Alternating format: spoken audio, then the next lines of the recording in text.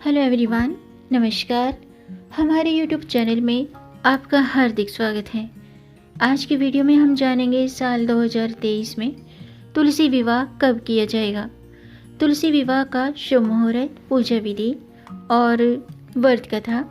साथ में जानेंगे तुलसी विवाह की विधि और इस दिन किए जाने वाले खास उपाय। दोस्तों, हिंदू धर्म में कार्तिक मास की एकादशी बहुत ही खास मानी जाती है और इस एकादशी के दिन तुलसी विवाह भी किया जाता है।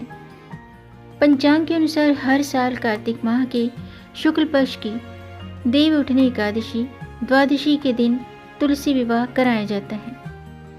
प्राचीन मान्यताओं के अनुसार भगवान विष्णु के शालिग्राम रूप के साथ तुलसी विवाह संपन्न होता है।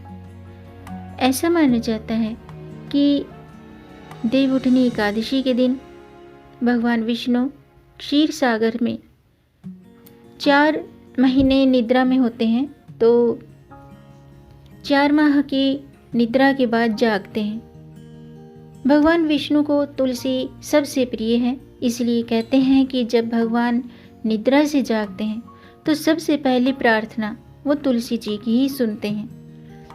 तो आज की वीडियो में हम जानेंगे साल 2023 में तुलसी विवाह कब किया जाएगा, तुलसी विवाह का शुभ मुहूर्त, पूजा विधि, व्रत कथा और इस दिन किए जाने वाले खास उपाय। तो वीडियो शुरू करने से पहले आपसे एक खास बात। दोस्तों, अगर आप इस चैनल पर नए आए हैं और पहली बार आए हैं तो इस चैनल को सब्सक्राइब कर दीजिए और बेल आइकन बटन प्रेस कर दीजिए ताकि आने वाली वीडियो देख सकेंगे आप सबसे पहले। और जिन्होंने मेरा चैनल सब्सक्राइब कर दिया है, यानी कि अपना प्यार इस चैनल को दिया है, उनका दिल से आभार, बहुत बहुत धन्यवाद। दोस्तों, इसी तरह मेरे चैनल के साथ जुड़े रहिएगा और अपना प्यार हमें देते रहिएगा। वीडियो को अंत तक ज़रूर देखिएगा ताकि कोई भी जानकारी छूट न जाए, क्योंकि आधी अधूरी जानकारी से पूरा लाभ नहीं मिलता है। इसलिए हमारे साथ अंत तक बने रहिएगा। तो आइए शुरू करते हैं। दोस्तों, इस साल 23 नवंबर को तुलसी विवाह है। देव उठनी एकादशी के दिन तुलसी विवाह का विधान है। हिंदू धर्म में कार्तिक मास की एकादशी बहुत ही खास मानी जाती है, क्योंकि इस एकादशी के दिन तुलसी विवाह किया जाता है। ऐसा माना जाता है कि तुलसी विवाह करने से या कराने से कन्यादान के बराबर का फल प्राप्त होता है। पौराणिक कथाओं के अनुसार एक बार तुलसी माता ने भगवान विष्णु को नाराज होकर श्राप दे दिया था कि तुम काला पत्थर बन जाओगे, और इसी श्राप की मुक्ति के लिए भगवान ने शालिग्राम पत्थर के रूप में अवतार लिया था। शालिग्राम को भगवान विष्णु का अवतार माना जाता है और तुलसी माँ को लक्ष्मी का अवतार माना जाता है। एकादशी के दिन तुलसी विवाह किया जाता है। माना जाता है कि माँ तुलसी की पूजा करने से घर में सुख शांति बनी रहती है। आइए जानते हैं साल 2023 में तुलसी विवाह का शुभ मुहूर्त क्या है, क्योंकि तुलसी विवाह को लेकर बहुत ही कन्फ्यूज़न बना हुआ है कि 23 नवंबर को तुलसी विवाह किया जाएगा या 24 नवंबर को। इस कन्फ्यूज़न को दूर करते हैं। आइए जानते हैं सही तिथि। साल 2023 में तुलसी विवाह 24 नवंबर शुक्रवार को द्वादशी के दिन किया जाएगा। द्वादशी तिथि प्रारंभ होगी 23 नवंबर को रात्रि के 9:01 पर और द्वादशी तिथि समाप्त होगी 24 नवंबर को शाम के 7:06 पर। तुलसी विवाह के लिए अभिजीत मुहूर्त 24 नवंबर शुक्रवार की सुबह 11:43 से दोपहर के 12:26 तक है। विजय मुहूर्त 24 नवंबर शुक्रवार की दोपहर 1:54 से दोपहर के 2:38 तक रहेगा। आइए जानते हैं तुलसी विवाह की पूजा विधि। दोस्तों, शास्त्रों के अनुसार देवउठनी एकादशी और द्वादशी के दिन तुलसी का विवाह भगवान विष्णु के शालिग्राम रूप के साथ कराया जाता है।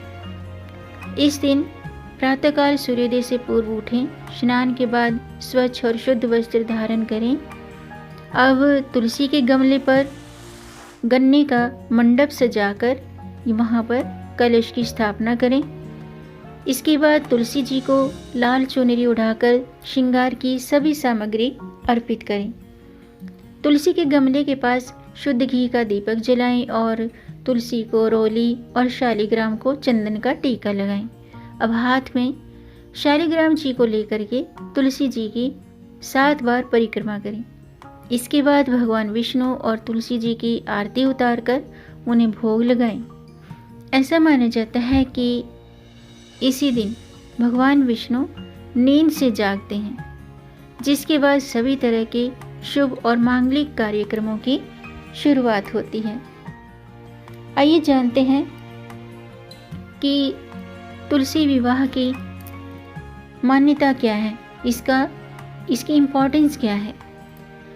दोस्तों, प्राचीन मान्यताओं के अनुसार ऐसा कहा जाता है कि जो लोग देवउठनी एकादशी पर शालिग्राम और तुलसी विवाह कराते हैं तो उन्हें कन्यादान के बराबर का ही फल प्राप्त होता है।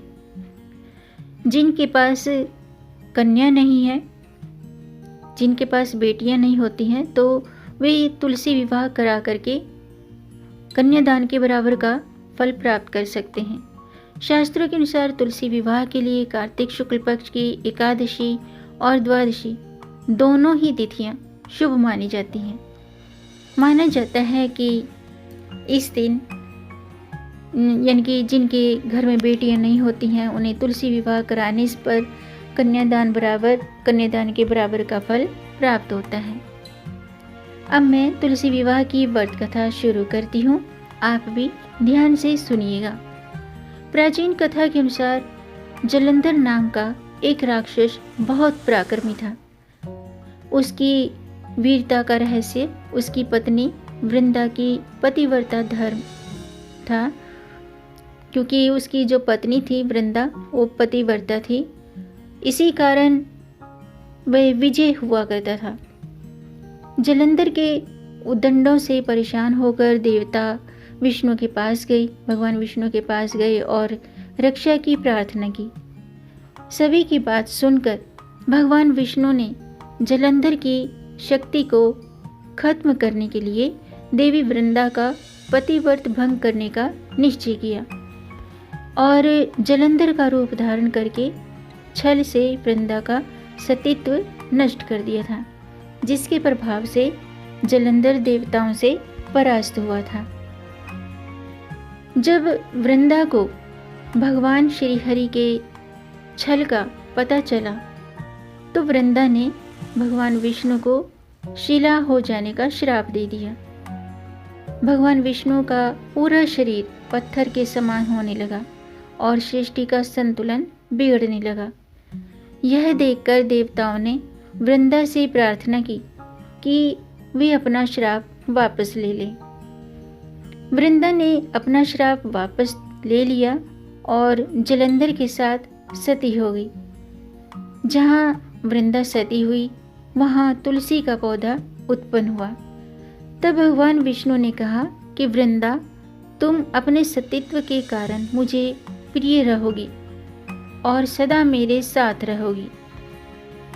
जो मनुष्य कार्तिक एकादशी को मेरे शालिग्राम स्वरूप के साथ तुम्हारा विवाह कराएगा तो उसकी सभी मनोकामनाएं पूर्ण होंगी।